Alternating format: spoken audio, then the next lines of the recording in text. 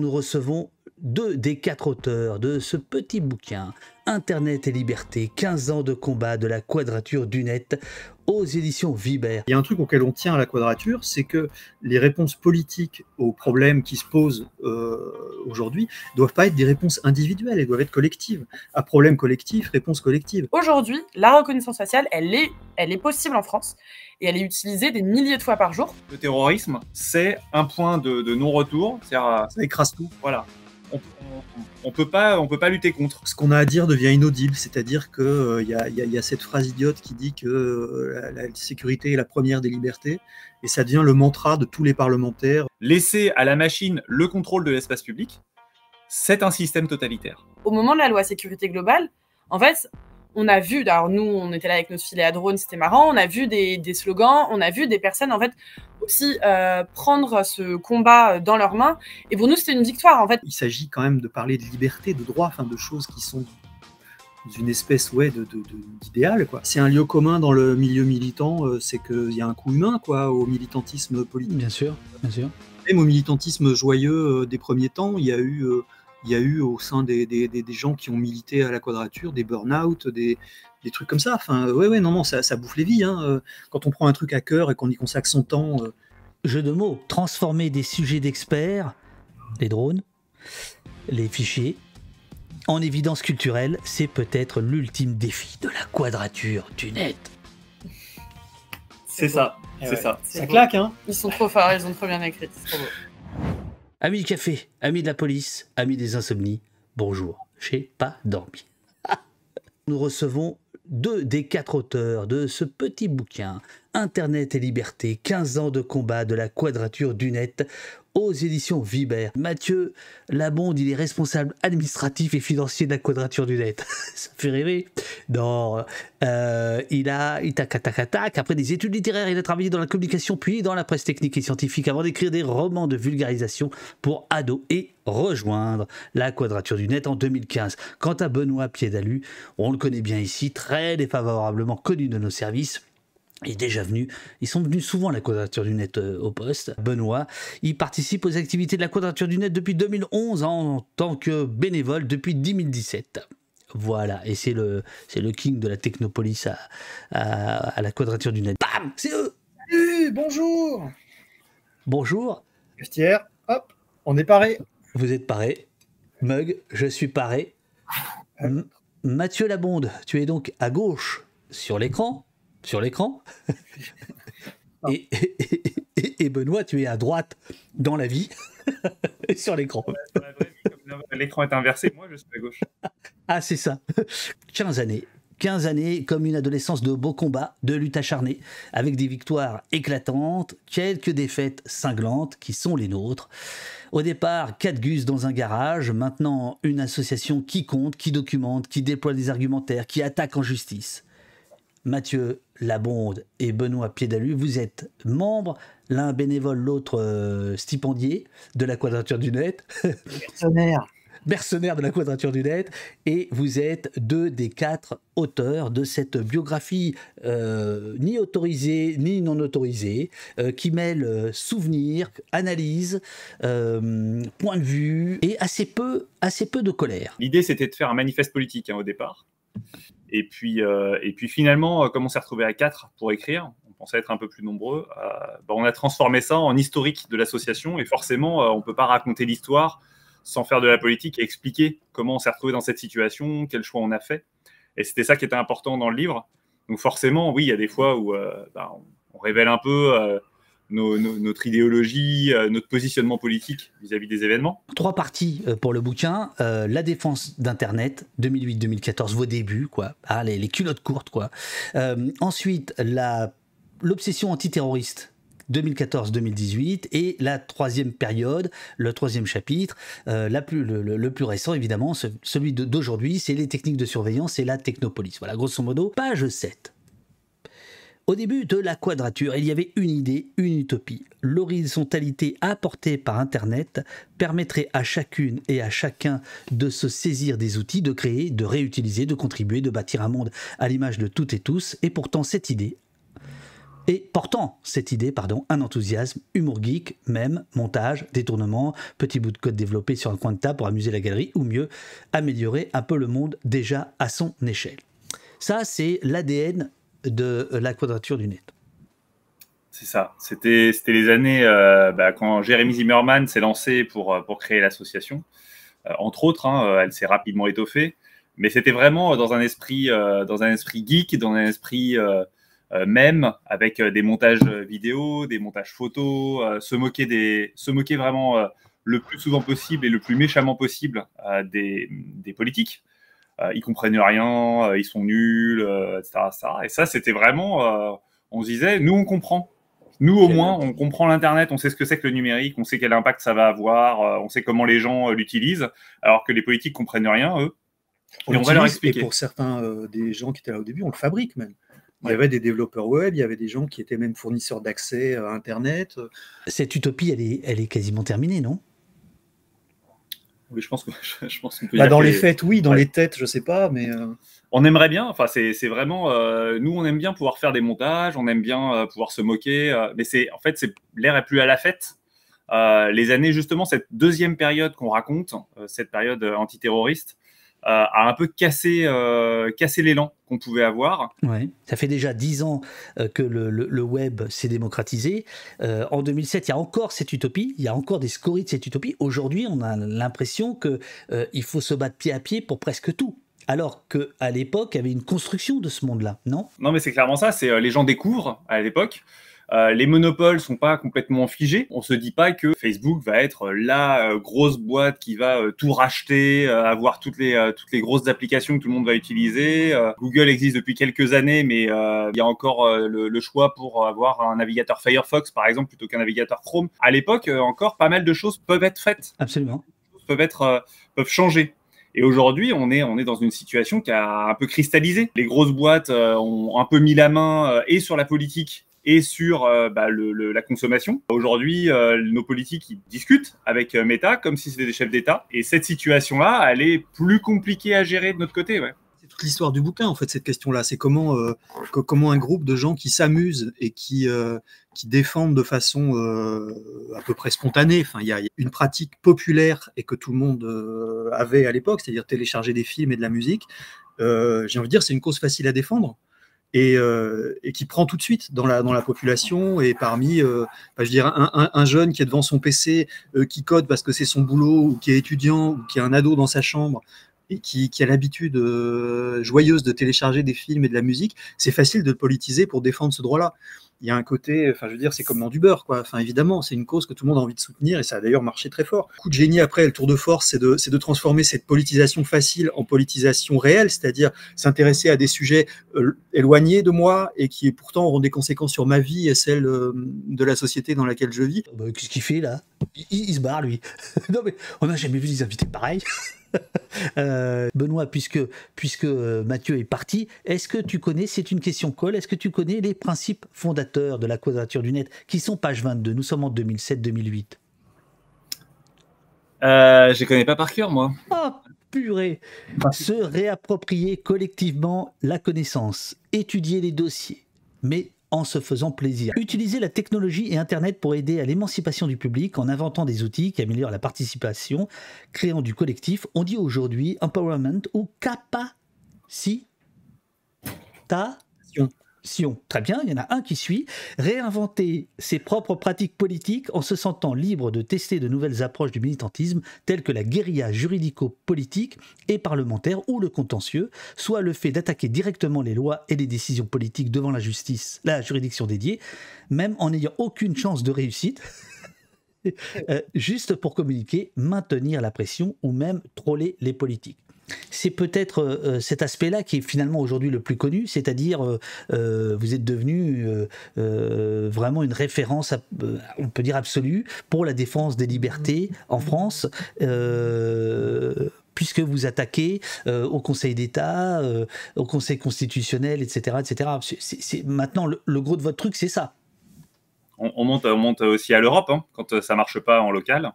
Ouais. On va chercher plus loin. Dieu le père. Après, il n'y a pas plus haut, hein, de toute façon. Bah non, enfin, oui. Après Dieu le Père, non, il n'y a pas plus haut, non, non, non. Ces principes fondateurs, ça demande de la discipline pour les conserver ou pas? On se force pas, hein. C'est pas, on n'essaye pas de se mettre la rate au courbouillon pour arriver à se faire plaisir, parce que sinon ce serait un peu idiot. Je pense que c'est les principes fondateurs, c'est ce qu'on faisait au début. Maintenant, c'est des fois plus difficile. Il y a eu des périodes vraiment, vraiment très compliquées. Enfin, en 2016, début 2016, quand on dit on arrête la lutte politique parce que ça marche pas, on n'était pas bien, hein. Enfin, ça se passait pas bien. Il y a eu des moments où on savait même pas si on allait continuer parce que les moyens n'étaient pas là. Il a fallu faire des appels aux dons de dernière minute avec des relais divers et variés parce que sinon on mourrait. En fait, la situation mourrait. Donc, ouais, les périodes n'ont pas été toujours très faciles. Alors en ce moment, ça va. Enfin, c'est pas non plus. Les combats sont pas à la hauteur de ceux qui ont été pendant la période terroriste, mais c'est toujours compliqué politiquement. Donc on va bien, l'association va bien, les membres sont plutôt voilà, Ouais. dans la Non, mais bonne humeur. c'est un lieu commun dans le milieu militant, c'est qu'il y a un coût humain quoi, au militantisme politique. Bien sûr, bien sûr. Même au militantisme joyeux des premiers temps, il y a eu au sein des gens qui ont milité à la Quadrature des burn-out, des trucs comme ça. Enfin, ouais, non, ça bouffe les vies. Hein. Quand on prend un truc à cœur et qu'on y consacre son temps. Jeu de mots. Hein, pardon? Quand on prend un truc à cœur, jeu de mots, j'imagine. Ouais. Un des deux fondateurs va partir assez tôt parce que ça fait des années qu'il milite. Vous restez assez pudique quand même sur le coût humain, même si on sent qu'effectivement il y a parfois de la fatigue, de la lassitude, mais il n'y a pas d'engueulade. Alors, est-ce que c'est parce que c'est une bio autorisée? En famille, c'est bien connu. Eh bien, il y en a. Mais pourquoi ils ne sont pas dans le bouquin? Bah, depuis quand des discussions politiques seraient apaisées, unanimes, tout le monde serait toujours d'accord? Non, ça va. Je veux dire, ça aurait pu, pas pour chercher qui emmerdait qui, mais de connaître un peu plus peut-être parfois les forces contradictoires au sein de l'association. Vous n'avez pas eu envie d'en dire plus là-dessus? On s'est posé la question. On s'est posé la question de savoir jusqu'où on allait. Mais voilà, c'était pas le lieu pour aller régler des comptes. Je rappelle, hein, c'est quand même un livre qui est l'histoire de la Quadrature vue par certaines personnes. Absolument. Et c'est notre histoire. C'est pas, on n'écrit pas l'histoire officielle de l'association. Donc, si on commençait à dire voilà, telle personne s'est mal comportée dans cette situation, non, bien sûr, machin. Enfin, on s'en sortait pas en fait. On pouvait pas faire ça. Donc à un moment, on s'est posé des limites, ouais, sur la mise en visibilité des problèmes internes et tout. Donc on explique quand même, on raconte les difficultés qu'on a pu avoir. Le coût humain est quand même explicité, mais sans que on aille jusqu'au bout à donner des noms, des situations et autres. À l'inverse, et je trouve ça super, page 24, Adopi, c'est là où la Quadrature du Net va apparaître, on peut dire au grand jour, enfin va sortir dans le débat public. Là, vous êtes très transparent, moi je trouve ça très bien, et je n'ai aucun problème avec le nom que je vais prononcer, mais qui pose problème à un certain nombre de gens. Vous écrivez un financement de 20 000 €, nous sommes donc en 2008 à ce moment-là, de la Fondation Soros est décroché pour couvrir les déplacements et les dépenses diverses de la Quadrature. Cet argent est donné sans contrepartie, la Fondation Soros acceptant nos conditions de totale indépendance. Quand ce financement passera à 50 000 €, les cofondateurs poseront la règle des 30%. Un financement ne pourra dépasser 30% du financement total de l'association pour éviter une dépendance de fait. Moi, je trouve ça super que vous expliquiez qui est œuvre de transparence par rapport à ça. Est-ce que quand je dis le mot Soros, alors pas dans le chat puisqu'ici c'est Jean Bien, mais ça déclenche en règle générale une armée de trolls. Est-ce que vous avez des problèmes avec ça? Aucun, pardon, je prends la parole. Aucun, d'autant plus qu'on touche plus d'argent de la fondation Open Society. Ouais. Moi, j'ai jamais compris les débats autour de Soros machin parce que j'ai découvert le truc en arrivant à la Quadrature et les relations qu'on avait avec cette fondation, c'était de recevoir de l'argent. Point. C'est-à-dire qu'il nous a jamais été demandé quoi que ce soit. sinon On a un rapport annuel quand même. Hein. Ah oui, mais c'est un rapport financier. Voilà, on fait un rapport financier, on leur explique. Ne doit rien. Il faut bien que Mathieu ait du boulot quand même. Je donne cet exemple parce que au gré des pages, on apprend effectivement que quand ça va mieux financièrement pour vous, on est bien d'accord. Vous êtes une association philanthropique. Enfin, vous n'êtes pas là pour faire du business. Hein, c'est pas du tout la question. Mais en revanche, vous abordez cette question-là. Tu parlais de coût humain. Le coût humain, c'est aussi les salaires, les locaux, les machines, le temps passé, etc., etc.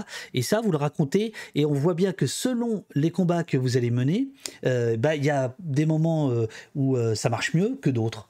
Et c'est pas pour autant que vous allez mener tel ou tel combat en vous disant celui-là, il rapporte plus. Ah non, justement, nous, on met dans nos statuts, il n'y a pas de fléchage des financements. C'est-à-dire que nous, on mène les combats qu'on a décidé de mener, et on va mettre les finances dessus quand il y a besoin. Mais par exemple, personne ne pourra nous donner d'argent, c'est vraiment dans nos statuts, pour un combat particulier. Ouais. En nous disant, ce serait bien quand même de vous attaquer à telle industrie, par exemple. Non, ça c'est totalement refusé. Ouais. C'est-à-dire que chaque fois qu'on obtient des subventions auprès de fondations philanthropiques, c'est toujours ce qu'on appelle pour des frais de fonctionnement, jamais pour des missions ou des projets. Ah oui. C'est fixé et auquel on se tient, ouais. Ah oui, c'est bien. Ces politiques qui n'ont rien compris. On se souvient de Jacques Chirac, écrivez-vous, interrompant une présentation des fonctionnalités d'Internet à la Bibliothèque nationale de France en 1996 pour demander ce qu'est une souris. On se rappelle l'interrogation légitime d'une partie de la presse en 2009. Le légitime, c'est vous qui écrivez ça. Vous n'êtes pas sympa quand même. Doutant du fait que Nicolas Sarkozy ait déjà envoyé un email en 2009 et François Fillon, alors fringant Premier ministre, de déclarer sans sourciller qu'il est un vrai geek car il utilise un iPhone, possède 2 Mac, des appareils photo numériques. Fichtre. Depuis, la loi Hadopi est passée, mais les choses ont-elles changé? Dans les premières années de la Quadrature, on parle beaucoup aux politiques. On les rencontre beaucoup et on doit dire, enfin même qu'on parle à droite comme à gauche. Il y a des gens super compétents à ce qui était à l'époque l'UMP en numérique, qui comprennent le numérique. Respect, l'UMP c'était le bon temps quand même. Pas autant que le RPR, enfin quand même.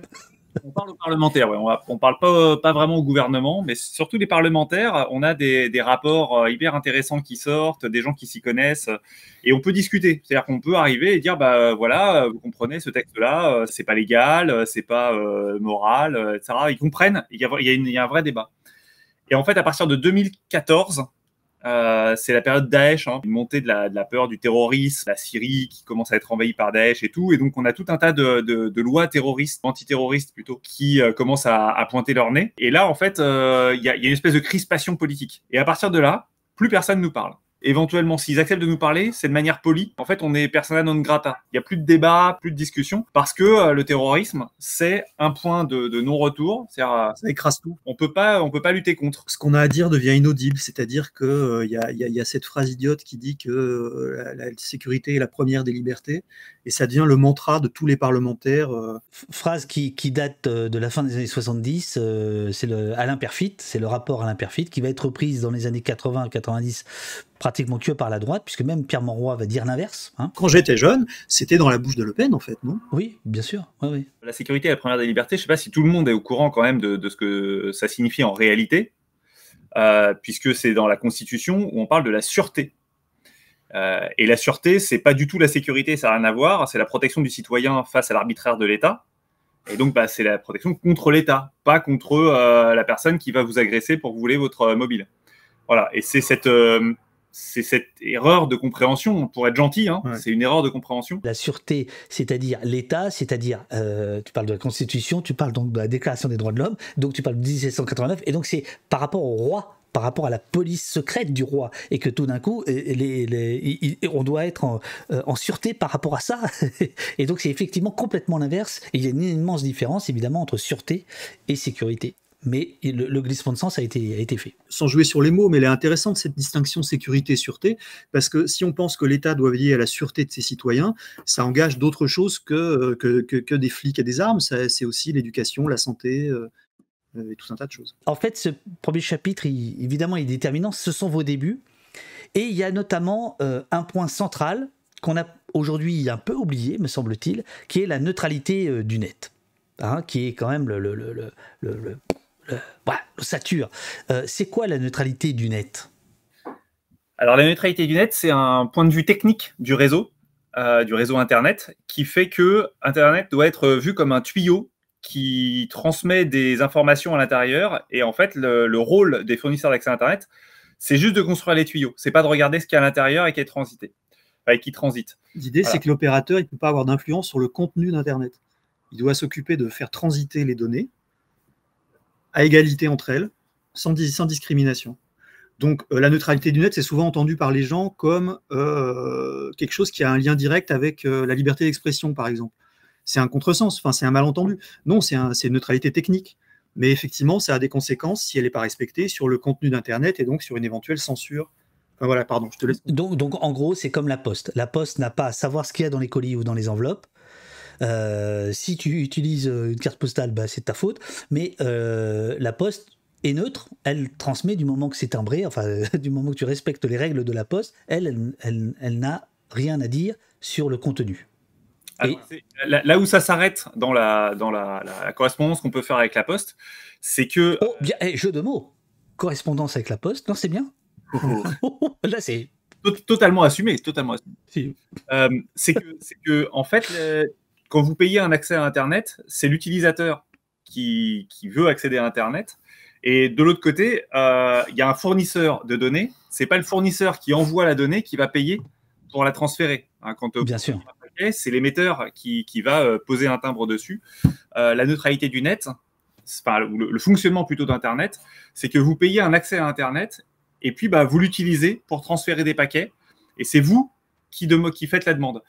C'est important de comprendre ça quand on parle de Netflix, par exemple. En ce moment, on parle beaucoup de Netflix et c'est là où peut-être qu'on va reparler du retour de la question de la neutralité du net. C'est qu'on dit Netflix, il utilise beaucoup trop le réseau. Mm-hmm. En fait, c'est pas Netflix qui utilise le réseau, c'est les consommateurs. C'est-à-dire que les gens, ils payent un accès à Internet et ils veulent pouvoir l'utiliser pour faire ce qu'ils veulent, enfin, pour transférer ce qu'ils veulent avec. Les fournisseurs, ils disent ah bah Netflix, il doit payer. Bah non, en fait, Netflix, lui, il fournit du contenu. Et c'est les clients de ces fournisseurs d'accès à Internet qui, eux, vont chercher. T'as bien changé la quadrature du net. Hein. V'là-t-il pas que tu défends Netflix maintenant? On défend la neutralité. Non, je déconne. C'est ça, mais ça fait aussi, et pour faire contre-pied, puisque tu me poses comme défenseur des GAFAM, là. Oui, quel paradoxe. Si on bloque la neutralité du net, et c'est ça aussi le risque qui n'a pas l'air d'être vu par les politiques aujourd'hui, c'est que si tu bloques Internet dans l'état dans lequel il est, c'est-à-dire que tu arrêtes la neutralité du net et tu dis, bon bah maintenant, on fige, et ceux qui sont capables de payer, bah, ils payent, et ceux qui ne sont pas capables, bah, ils ne rentrent pas. Et bah, tu transformes Internet, bon, ce qu'il est un peu déjà aujourd'hui, mais tu figes Internet dans une sorte de Minitel. C'est-à-dire que tu vas conserver les mêmes réseaux que ceux qui sont aujourd'hui. Tu vas interdire à des nouveaux arrivants de rentrer dessus. Et donc, à des potentiels nouveaux services intéressants qui pourraient concurrencer ceux qu'il y a là. Alors, je rappelle quand même, Internet, c'est un réseau participatif. Contrairement au Minitel, n'importe qui peut publier un service dessus. Franchement, en 3 clics, vous êtes capable de proposer un nouveau service. Et c'est ça aussi la puissance de ce service-là.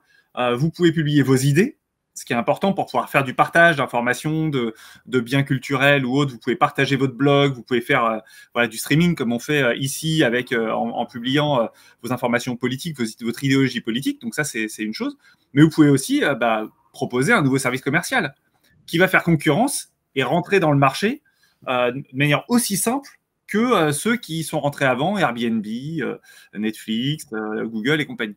Mais néanmoins, par exemple, la question, je déconne pas, la question écologique, du coût du streaming, c'est ce qu'on est en train de faire, du coût de la vidéo, c'est-à-dire YouTube, Netflix, parce que, donc, du coût de bande passante. Est-ce que, finalement, on peut pas aussi, pardon, tu vois, je suis ému, s'interroger quand même sur cette question-là aujourd'hui?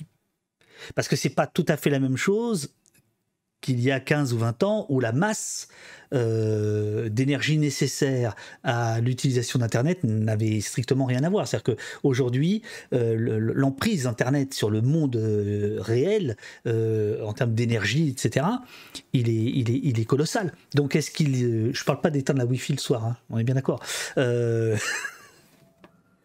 Non, mais c'est des questions super intéressantes. Mais le problème, c'est qu'on essaie, Et oh, t'es au poste. Hein. voulant y répondre, on essaye toujours de faire peser la responsabilité sur les gens, sur nous, sur l'utilisateur final, sur l'individu. Et il y a un truc auquel on tient à la Quadrature, c'est que les réponses politiques aux problèmes qui se posent aujourd'hui ne doivent pas être des réponses individuelles, elles doivent être collectives. À problème collectif, réponse collective. Même chose pour Bande de gauchistes. des questions de production, de CO2, de réchauffement climatique et tout ça. Culpabiliser les gens et pointer les gens du doigt, ça rime à rien, ça braque tout le monde et ça fait pas avancer. Enfin, donc sur l'histoire de la consommation, par exemple, qui est celle de l'infrastructure numérique dans son ensemble, évidemment, c'est pas machin dans son canapé qui regarde Netflix qui pose le plus de problèmes. Et si c'est dans son garage ? Ou dans son garage. Mais par exemple, la consommation de bandes passantes et de flux de données générés par la publicité, c'est quelque chose de gigantesque. Tous les spams, le volume de spam, de mails qui sert à rien, qui nous pollue la tête, qui nous pollue les réseaux, c'est énorme, c'est considérable. Et ça, c'est des trucs qui ne sont pas réglés par par vous ou moi. C'est vraiment des trucs qui demandent à ce qu'il y ait des interdictions, voilà, que des choses deviennent impossibles à faire. Reste que les années passent, les pages passent, on arrive page 64, le chapitre, la fin de l'innocence. C'est quoi la fin de l'innocence pour la Quadrature du Net et pour Internet ? Oui, c'est une période où on se rend compte que la défense politique d'une certaine conception du réseau, elle fait des morts en fait. Je pense à Aaron Swartz qui avait libéré, entre guillemets, des publications universitaires. Il est à l'origine de tout un tas de protocoles sur Internet, sur la diffusion d'informations. Il faut récupérer les flux RSS, voilà, sur le flux RSS, par exemple, et d'autres comme ça. Il était allé récupérer des publications universitaires de son université. Il avait branché un petit ordinateur sur le réseau pour aller pomper toutes les données. Et en fait, il s'est retrouvé devant les tribunaux là-dessus. Il n'était pas bien, enfin, il était déjà pas très bien avant, et ça l'a miné complètement. Et il a fini par se suicider. Et là, ça a été un premier mort qui a été un choc, vraiment. C'est-à-dire que c'était quelqu'un de la communauté qui était vraiment reconnu, un jeune, talentueux. Le combat l'a complètement miné sur quoi ? Sur la publication de documents universitaires. C'est complètement idiot, quoi. On a le même problème en France. Hein. Il y a maintenant, depuis quelques années, tout un pan de la publication universitaire qui est publié de manière libre. Mais jusqu'à il y a quelques années, ça paraissait normal finalement que ce soit propriété de quelques diffuseurs à la publication universitaire. Et lui était vraiment à la pointe de ça. Il disait c'est pas normal qu'on en soit là. Et il a pompé toutes ces publications pour les libérer. Voilà, donc ça c'est un peu le premier mort. Effectivement, tu parlais de Snowden après. On s'est retrouvé avec ce 2013, il me semble. Avec ce roman feuilleton hallucinant avec des menaces des menaces de mort, même au final, de députés américains il faut aller lui mettre une balle dans la tête, enfin une violence. On lui retire son passeport. C'est vraiment l'homme recherché et tout. Qui va se réfugier à Hong Kong, en Russie maintenant, qui vient d'avoir sa nationalité russe d'ailleurs. Et voilà, et donc à un moment où on se dit, mais en fait, les gens qui publient, les gens qui informent, les gens qui sont sur ces combats-là de diffusion de la connaissance, en fait, c'est pas juste des mèmes, c'est pas juste des petites blagues sur les réseaux à se moquer des politiques et tout. Des vies sont en jeu. Les révélations que fait Edward Snowden, elles ont un effet très très important dans la communauté justement qui est la nôtre, des geeks et puis des militants des libertés dans l'espace numérique. C'est que d'un seul coup, on se rend compte que tout ce qu'on supposait, tout ce qu'on craignait, c'est-à-dire une grande partie de nos discours sur l'État pourrait, les services de renseignement pourraient, les polices pourraient, on se rend compte avec ce que Snowden révèle au monde que c'est vrai, c'est-à-dire que c'est plus du conditionnel. Possible est actuel, voire bien pire. C'est-à-dire que c'est au-delà de ce qu'on pouvait imaginer. Et qu'on avait peut-être dans notre petit discours qui pouvait passer pour une paranoïa, on était en deçà de la réalité, quoi. Je rappelle la grande phrase de Jean-Patrick Manchette, même les paranoïaques ont des ennemis. On adore, en fait. Ah ouais. Vous écrivez à propos de Télécomics, peut-être tu peux rappeler, Benoît, qui était Télécomics.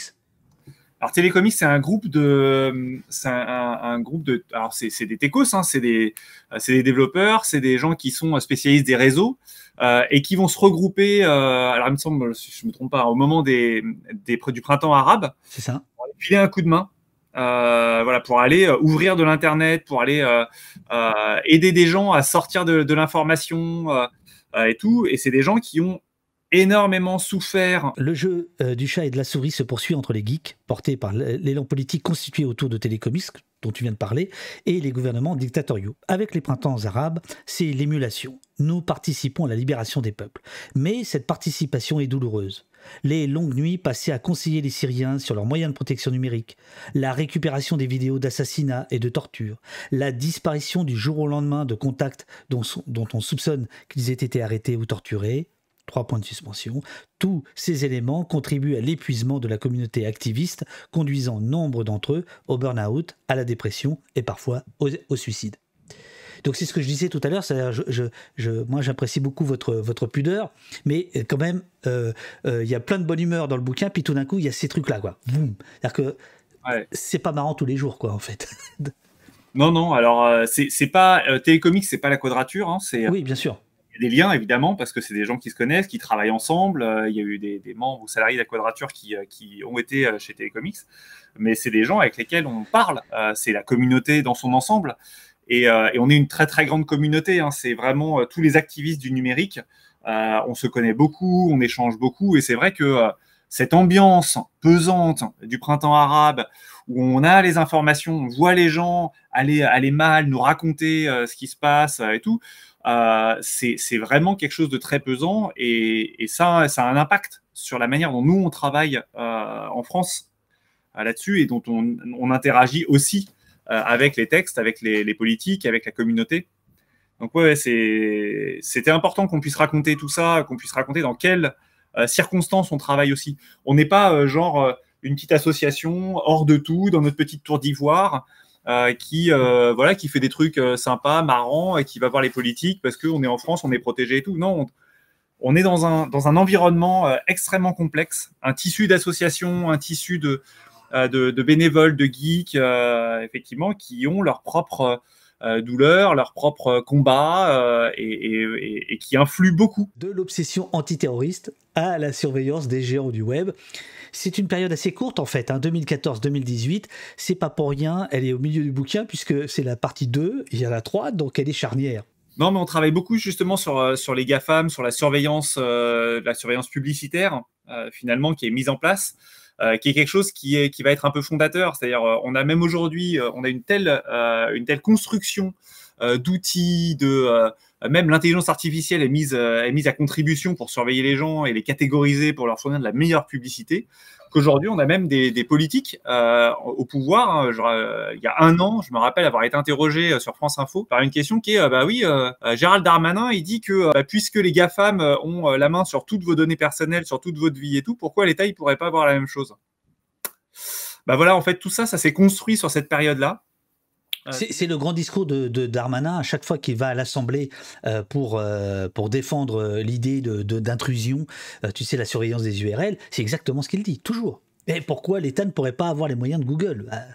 Alors on rappelle quand même, Google, il récupère tout ça de manière illégale. Et il est condamné régulièrement pour ça. Donc moi je veux bien que Darmanin paye 300 millions d'euros chaque année d'amende. Enfin en fait je préférerais qu'il n'accède pas du tout à ces informations-là. Parce qu'en fait, elles sont illégales à récupérer. Et c'est un peu à cette période-là que c'est forgé. Oui, tout est dans tout. Le texte européen qui s'applique dans tous les pays membres, qui s'appelle le RGPD, Règlement pour la protection des données personnelles, si je ne dis pas de bêtises, en gros, c'est un texte qui a été négocié au Parlement européen au moment de la révélation des révélations de Snowden.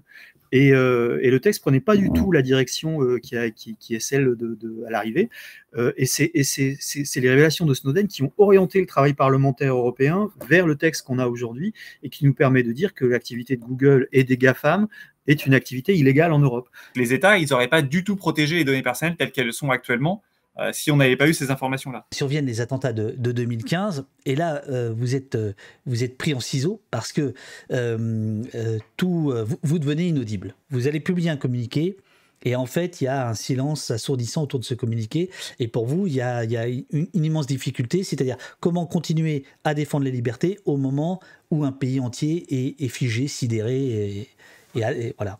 Au moment où les attentats de novembre, Bataclan, Café Parisien, arrivent, le 13 novembre, ça fait 18 mois que l'assaut est sur ce sujet-là, et au taquet, très sensibilisé à la question, quoi. Et donc, quand on voit arriver l'état d'urgence et tout un tas de mesures qui concernent aussi le numérique, parce qu'il y a à ce moment-là tout un tas de questions sur la saisie des ordinateurs, les perquisitions facilitées, etc. En gros, la police a tous les droits. On est de façon complètement inattendue en pointe sur ce sujet-là. C'est-à-dire qu'on quels sont les outils légaux, quelles sont les pratiques policières et quels sont les risques pour la population. Et donc, de manière complètement inattendue, on prend la parole sur ce sujet-là quelques jours après les attentats. Alors, ça ne veut pas dire qu'on n'a pas été touché comme tout le monde, hein, c'est pas la question. C'est juste que par ailleurs, on est sensibilisé au sujet de la surveillance et qu'on dit attention, cet état d'urgence et la facilité que vous demandez à la police et que vous voulez inscrire dans la loi, il y a des dangers réels. On crée une page wiki, donc c'est l'équivalent de ce qui se passe sur Wikipédia, hein, c'est une page publique que tout le monde peut modifier, et on dit, voilà, tous les excès, enfin qui ne sont pas des excès en fait, qui sont le fonctionnement normal d'un état d'urgence, on va les documenter, et on va en garder une trace. Et là, il y a une palanquée de gens qui se précipitent sur cette page et qui mettent des liens vers des articles de presse qui racontent machin a vu sa porte défoncée parce qu'il a une barbe et un nom arabe, et on lui a pris tous ses PC et pendant que ses enfants et sa femme étaient dans le salon en chemise de nuit, et on documente tout ça, on documente les gens arrêtés arbitrairement, gardés en garde à vue 72 heures, je crois que la législation antiterroriste c'est 72 heures la garde à vue, même sans avocat, je crois. Enfin, c'est voilà, la discrétion, quoi. Autant la réaction, l'article qui disait attention, il y a un danger, effectivement, on ne suscite pas parce que c'est inaudible 3 jours après le Bataclan. Autant la page qui permet de documenter vraiment les débordements policiers, elle tourne et elle est alimentée. Énormément. Ce texte du 16 novembre, on est très seul. C'est pas juste un hasard, c'est-à-dire qu'on contacte d'autres associations pour qu'ils participent à l'écriture d'un communiqué de presse commun pour prévenir les gens, l'État et tout, que, attention, partez pas en vrille, écrivez pas n'importe quel texte. Cette crise ne doit pas être une autoroute à texte sécuritaire. Et en fait, personne nous suit. C'est pas genre juste un silence, c'est les réponses des autres associations, c'est « Ah non, mais en fait, on peut pas. Enfin, politiquement, on peut pas. On se retrouve tout seul. » C'est-à-dire que des associations qu'on considérait comme étant voilà, en défense des droits humains, pas forcément du numérique. Hein, mais qui le sont, c'est pas la question, on ne remet pas en cause leur voilà, travail. Mais à ce moment-là, sont atterrées. Elles sont dans un état de stupéfaction qui fait qu'elles nous disent on ne peut rien faire. Je redis ce que j'ai dit tout à l'heure, c'est-à-dire que ça fait 18 mois qu'on réfléchit à ces questions, et quand tu as passé 18 mois là-dessus, et qu'en plus, il s'agit quand même de parler de liberté, de droit, enfin de choses qui sont d'une espèce d'idéal, quoi. Si tu laisses tout tomber parce qu'il y a une attaque terroriste, c'est que c'était du flanc, quoi. C'est ça, exactement. Tu peux pas. C'est justement le moment où ça cogne qu'il faut dire bon bah c'est ce que tu racontes, est-ce que ça a de la consistance? D'ailleurs, c'est ce que je dis. Et c'est un peu l'épreuve, quoi. Quand Escarcelle dit quel est l'équilibre possible entre lutte contre le terrorisme et défense des libertés, en fait, c'est simple. Si ta constitution, tu la mets de côté au moment où tu as une crise, en fait, c'est que tu n'as pas de constitution. La constitution, elle est là pour les crises. Elle est là pour empêcher l'État de faire n'importe quoi. On passe à la troisième et dernière partie du bouquin, qui est celle sur l'ère de la technopolis. Alors, c'est l'ère de la technopolis de votre point de vue, pour vous, c'est-à-dire comment la technologie de surveillance, tous azimuts, État, marchands, villes, municipalités, etc., se met en place. Pour repartir un peu à l'origine de la technopolis, au début des années 2000, il y a toute un nouveau pan de l'usage de la technologie dans la ville qui s'appelle la Smart City. C'est l'idée qu'on va pouvoir piloter la ville politiquement à partir de la donnée. La donnée, c'est un peu un grand truc. Hein. Je rappelle, au début des années 2000, c'est le nouvel or noir, c'est la donnée. C'est la donnée. On va mettre des capteurs dans les poubelles, par exemple. Comme ça, on va pouvoir venir vider les poubelles au moment où il y aura besoin. Ça va être génial. Finalement, ça a fait long feu. C'est-à-dire que faut tout équiper, c'est coûteux, est-ce que vraiment ça sert à quelque chose, on ne sait pas, machin. Mais par contre, pendant ce temps-là, il y a tout un tas d'entreprises qui se sont mis sur le créneau. Et puis, la surveillance de l'espace urbain, c'est bien gentil pour les poubelles. En fait, on peut surveiller les gens qui, par exemple, posent des poubelles n'importe où, qui font des trucs que on n'aime pas, faire la manche, ça, on peut mettre Faire en des place. graffitis. Il faut arrêter de faire des graffitis, les gens. Ils commencent à proposer des outils de surveillance de l'espace urbain. Sous Sarkozy, on rappelle qu'il y a un budget du ministère de l'Intérieur qui est voté pour financer la moitié jusqu'aux 2/3 de l'installation de vidéosurveillance. Le parrain du fils de Sarkozy, là, à Levallois-Perret, avait commencé à... on touche pas à Balkany. avait commencé à installer des caméras de vidéosurveillance dans sa ville. Il était super fier et tout. Il montrait ses nouvelles caméras et tout. Mais c'était des débuts. Mais ça semblait... le combat semblait atteignable. Alors que là, le problème, et c'est quand même ce qu'on sent dans les 70 pages à peu près consacrées à ça, c'est que l'ennemi Technopolis, il est quand même... il a des moyens considérables. Le truc de la vidéosurveillance et de tout ce qui l'enrobe de numérique aujourd'hui, c'est que c'est pour un État ou des collectivités locales, c'est génial parce que c'est mettre de l'argent dans un truc qui est à la fois le discours sécuritaire et ce qu'ils appellent la création d'emplois. C'est-à-dire, je vais soutenir des entreprises qui vont recruter des gens ou qui vont vendre du matériel, etc. Je mets un investissement avec deux conséquences, voilà. Donc pour des politiciens comme Sarkozy ou même tous ceux qui ont suivi, en réalité, c'est tout bénef. Et pour un résultat, en fait, qui est hyper faible. Toutes les études qu'on a sous la main démontrent que l'usage réel des images des caméras de vidéosurveillance pour résoudre des affaires est mais peanuts. Ça représente quelques pourcentages des affaires qui sont résolues. Toutes ces caméras qui sont installées sur l'argent de nos impôts, alors les impôts locaux pour partie, et puis en grande partie par l'État, l'argent de l'État, 15 ans plus tard, il y en a des milliers, des centaines de milliers. L'État est même pas capable de savoir combien il y en a exactement. Il y a des estimations régulièrement, mais il n'y a pas de chiffres. Aujourd'hui, on nous dit il y a trop de flux. Il y a trop de flux, on n'arrive plus à les lire. Alors nous, on dit ouais, évidemment, vous mettez des caméras partout. C'est là où on nous dit non mais vous en faites pas. On va tout régler avec les ordinateurs, les algorithmes et l'intelligence artificielle. On va pouvoir détecter les mouvements suspects, on va pouvoir suivre les visages, on va pouvoir faire de la reconnaissance faciale, etc. etc. Et c'est là où s'empilent en fait les logiques. Et c'est là où nous, ce qu'on dit, c'est que cette logique-là, c'est une logique totalitaire. C'est là où on arrive dans une logique totalitaire. La machine, laisser à la machine le contrôle de l'espace public, c'est un système totalitaire. Si on laisse faire ça, en fait, on court au-devant d'une grosse difficulté dans notre État, qui est par exemple le listage en un coup de cuillère à peau de tous les gens qui manifestent contre le gouvernement. Dans une rue, vous avez une manifestation, en un instant, l'ordinateur est capable de lister les gens et de les relier à leur numéro de carte d'identité, etc. Il n'y a aucun problème. Vous allez participer à la coordination nationale contre la loi sécurité globale. Alors, Mathieu, je sais, de sources sûres, puisque c'est ton camarade de jeu qui est juste à côté de toi qui t'a dénoncé, je sais que c'est toi qui as écrit ce passage. Et j'ai beaucoup aimé parce qu'il est tout à fait juste. Les tracts que nous distribuons à chaque manif le rappellent aussi, et tout le rôle capital de Benoît sera de rappeler sans répit aux autres acteurs du mouvement que la loi ne se résume pas à son article 24, qui était l'article qui prétendait empêcher la diffusion d'images malveillantes. C'est alors notre plus grande crainte que le gouvernement ait introduit l'article 24 comme un chiffon rouge pour détourner l'attention de tous les autres pièges cachés dans le texte et que l'article soit vite supprimé pour apaiser les journalistes et enterrer la contestation. Nous savons que sans l'appui de la Corporation des journalistes et de la Caisse de résonance des médias, même la lutte contre les drones n'aura pas la même audience. Heureusement, la mayonnaise prend. Chaque pancarte sur la vidéosurveillance et les drones brandis pendant les manifestations contre l'article 24 est une victoire et une joie pour nous, etc. Benoît, oui. Peux-tu dire à tous ceux qui nous écoutent combien c'était chiant, les syndicats de journalistes, quand on était dans cette coordination, ils voulaient entendre parler que de l'article 24. C'est le moment ou jamais. Vas-y, balance. Non, mais en fait, effectivement, j'ai été le porte-parole de la Quadrature auprès de la coordination Stop la sécurité globale. Et j'étais la première fois que j'ai participé à une réunion sur Zoom, il faut le dire, avec 80 journalistes. J'étais hyper impressionné par toute cette quantité de gens. Je savais pas si je prenais la parole. J'étais pas journaliste. Est-ce que j'étais légitime à parler et tout. C'était et puis à un moment, je dis bon, quand même, bonjour. Est-ce que je suis à Quadrature du Net?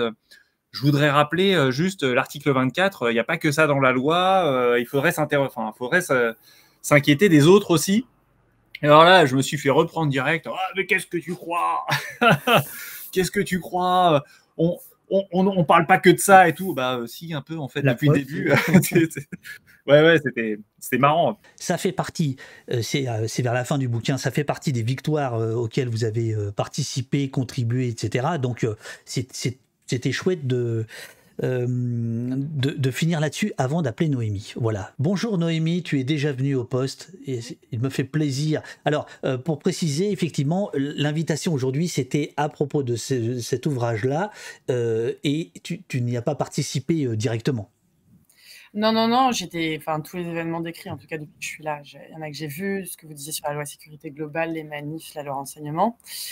Cette action Technopolis dont ils ont super bien parlé, qui était beaucoup de la documentation, d'essayer de comprendre comment ça fonctionnait, de sortir de l'opacité et de mettre la lumière sur ces technologies qui arrivaient dans nos villes, bah, elle a eu un peu une nouvelle étape là, ces derniers temps, parce qu'après avoir documenté, on est passé à l'action. Et donc, on a attaqué la Technopolis, ça y est, en déposant plainte devant la CNIL, et pas juste nous, on a fait quelque chose qu'on avait déjà fait il y a 4 ans, on a fait une action collective, donc qui permet en fait au paquet, c'est la dynamique, l'initiative en fait qui vient de l'État, et avec la vidéosurveillance, voilà, ça a été dit, c'est beaucoup de subventions, c'est beaucoup d'incitation à acquérir ces technologies, à faire croire qu'en fait elles vont participer à des politiques de sécurité, à alimenter cette croyance que technologie égale sécurité. Et donc voilà, on attaque directement en haut, donc la vidéosurveillance, le fichage de masse, donc à travers le fichier TAJ, donc le fichier de traitement des antécédents judiciaires, et le fichier TES, qui est le fichier titre électronique sécurisé, en fait un fichier qui comporte la photographie de quasiment toute la population française. Qui s'appelle comment, tu dis? Le fichier TES. Et qui est alimenté comment? Ce serait bien si tu peux dire à chaque fois comment chaque fichier est alimenté. Bien sûr. Du coup, le fichier TES, donc, ou TES, c'est le fichier qui rassemble donc les... Ah, qu'est-ce qui se passe? Problème de connexion avec nos amis de la Quadrature. Bah merde alors. C'est bon. Alors, vous, votre truc... La DGSI qui a coupé un câble. Votre truc, c'est pas la technologie, là. C'est cool. On l'attendait. Là, dans le chat, ça vous taille. Hein. Bon, c'est mérité. On parlait de l'alimentation des fichiers, voilà. C'est ça. Et du coup, on a attaqué les deux plus gros fichiers, en tout cas en France, en tout cas les plus symboliques. Donc, ce que je disais, il y a d'abord le fichier TES, qui n'est pas un fichier de police à proprement parler, c'est le fichier qui est censé aider à renouveler les titres d'identité. Et pour ça, en fait, ils ont juste eu la bonne idée de centraliser les photos de toutes les personnes qui renouvellent leur carte d'identité et leur passeport. Donc, à peu près tous les Français. Ce fichier, créé, en tout cas étendu en 2016 à toutes ces données, a été critiqué depuis le début. Parce que centraliser des données aussi sensibles, il y a aussi les empreintes digitales, c'est problématique en soi. Il y a énormément de risques de dévoiement, de détournement. Même la CNIL, en fait, depuis le début, critique ce choix technique et qui, pour nous, donc, est très dangereux. Et surtout, il y a la reconnaissance faciale qui plane au-dessus. On ne voit pas d'autres utilités. Pourquoi centraliser autant de photos, si ce n'est à terme de l'utiliser pour la reconnaissance faciale. Donc, on attaque ce fichier TES qu'on avait déjà attaqué devant le Conseil d'État il y a quelques années. Mais là, on retourne devant la CNIL pour lui demander d'aller un peu regarder ce qui se passe. À côté, on attaque le fichier TAJ, donc le fichier de traitement des antécédents judiciaires, qui est bien connu et qui comporte les données de toute personne qui a eu affaire à la police, donc en lien avec une procédure judiciaire. Donc, qu'elle ait porté plainte, qu'elle ait été poursuivie, qu'elle ait été relaxée. C'est des petites fiches qu'agitent les syndicats de police pour dire que le passager arrière qui est mort... connu des services. Voilà. Ils font ça. Ouais. Effectivement. C'est-à-dire que c'est un casier judiciaire bis, en fait. Exactement, et c'est ce qu'on dénonce dans la plainte. En fait, ce fichier, déjà, en fait, à la base, il y avait 2 fichiers, un pour la gendarmerie, un pour la police nationale, et ça a été fusionné en 2012 pour créer le TAJ. Et déjà, au moment de la fusion, la CNIL, elle avait regardé, il y avait plein de fiches qui n'avaient rien à voir, et elle avait demandé un gros nettoyage On ne sait pas si ça a été fait. Et depuis 2012 et sa création, ce fichier est parti. Enfin voilà, il n'y a plus aucun contrôle. Ils l'utilisent pour tout et n'importe quoi. Ils mettent des données, en fait, aussi. On ne sait pas forcément si elles ont un lien avec la procédure judiciaire. Et il y a aujourd'hui, enfin le dernier chiffre qu'on a, c'est à peu près 19 millions de fiches. Il a quelques années, ce chiffre, donc il a peu augmenté. Donc ça veut dire à peu près 20% de la population française. Donc on demande deux choses à la CNIL. On demande d'aller voir, donc en fait, à quel point c'est le bordel, d'aller sanctionner. Et en fait, l'autre truc qui est hyper crucial avec le TAJ, c'est qu'au moment de sa création, il y a une petite ligne dans le décret qui prévoit que l'image, donc la photo des personnes, parce que toutes les personnes mises en cause, pas les victimes, mais toutes les personnes mises en cause, donc comme j'ai dit, c'est déjà un foutoir sans nom, ont leur photo dans le TAJ. Et donc la petite ligne dans le décret prévoit que cette photo peut être utilisée à des fins de reconnaissance faciale. Donc aujourd'hui, la reconnaissance faciale, elle est possible en France et elle est utilisée des milliers de fois par jour. Car depuis quelques années, en fait, on a des chiffres. La technologie, elle marche. C'est un outil interne à la gendarmerie et à la police. Et c'est à peu près 500 000 utilisations par la police et 100 000 par la gendarmerie. Donc, on avait calculé chaque année. Donc, ça fait à peu près 1600 fois. Et on sent le comptable à côté. Ouais. Et voilà, donc en fait, dire que la reconnaissance faciale, c'est en Chine, c'est pas vrai. En fait, c'est utilisé plein de fois par jour à travers ce fichier TAJ et en toute illégalité. On voit de plus en plus de policiers ou de gendarmes qui prennent en photo des manifestants avec des téléphones. De quoi il s'agit?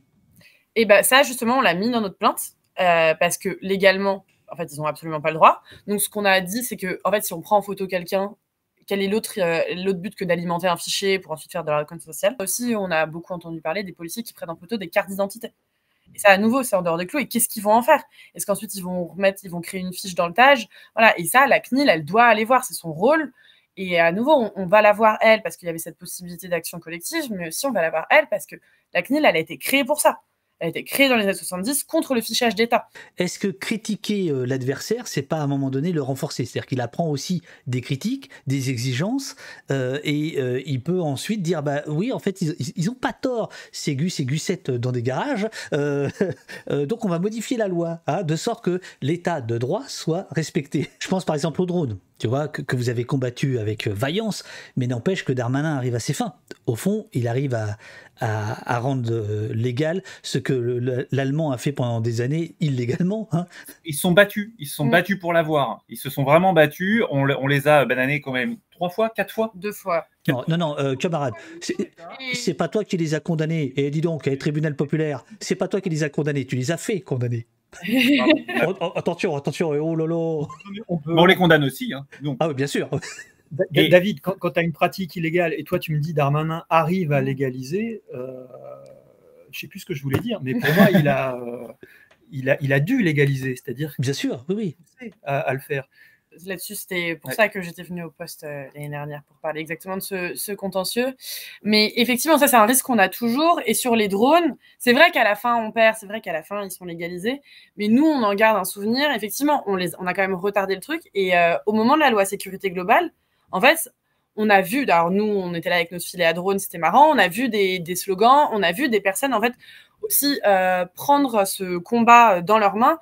Et pour nous, c'était une victoire. En fait, pendant 2 ans, on a retardé. On a vu l'opposition contre les drones en fait se former. Les gens avoir un rejet genre viscéral de cet outil. Et en fait, rien que ça, voilà, c'est ok, on fait le légal, on fait l'institutionnel, c'est pour ça qu'on existe. Mais le reste, c'est aussi sensibiliser et changer l'opinion publique. Et en fait, aujourd'hui, je pense que il y a beaucoup de gens, même si c'est légal, les drones, avec ce combat, avec ce qui s'est passé ces dernières années, bah, ils en ont une autre image, ils ont un rejet, une opposition. Enfin, en gros, dans l'imaginaire collectif, ça a pesé. C'est quelques victoires, même si à la fin, c'est légalisé. Et ça, les deux sont toujours liés.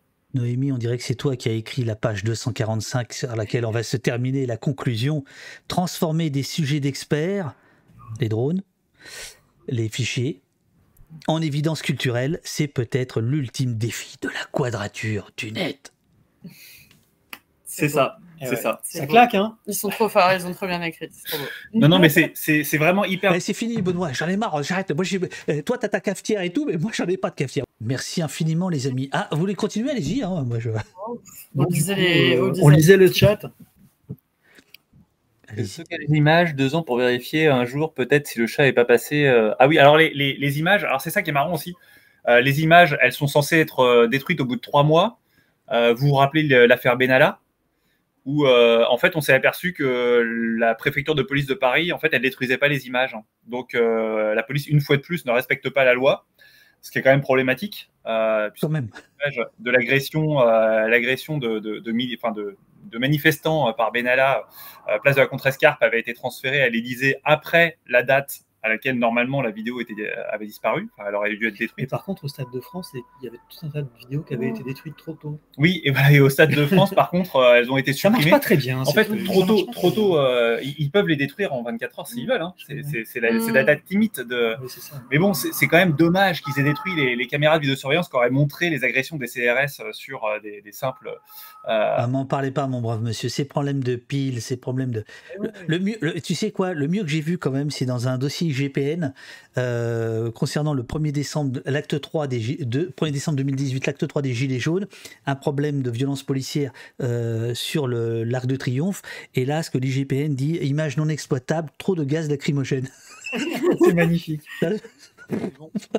Bon, chers amis, il faut retourner quand même à vos combats et à votre travail. Ah non, vous voulez continuer à répondre? Allez-y. Hein. Moi, perso, j'ai des trucs à faire. Ah ben voilà. Si eux, ils veulent parler, franchement, allez-y, je vais m'en faire un café aussi. Mais c'était super, à très vite. Ah, merci à toi. Merci beaucoup, Noémie. Alors... Bon. Voilà. Il disait que... J'en peux plus. J'en peux plus de la quadrature du net. Je suis désolé. De la quadrature du net. D'ailleurs, pour les gens qui étaient à Marseille il y a 2 semaines, je crois que j'ai parlé 2 heures. Il est reparti. Il est reparti. Alors, je crois que j'ai parlé 2 heures et franchement, je me suis demandé si ça n'avait pas été trop long. Mais et là, on a parlé combien de temps d'ailleurs? Je sais pas. Alors, l'émission a démarré il y a 3 heures. Offrez-le à tout le monde. Diffusez cette idée qu'on a de l'émancipation du numérique et de la libération du numérique plutôt que d'en faire un outil de surveillance. C'est un peu l'idée qu'on essaye de pousser là-dedans. En plus de vous expliquer comment la quadrature fonctionne, c'est vraiment l'idée qui est poussée dans le bouquin. Voilà, donc c'est pour ça, achetez-les. Écoutez, on a tout dit. Par 4. On sait tout dit. Bon, Mathieu Benoît, je vous propose qu'on commence l'interview. Je pense que vous êtes chaud.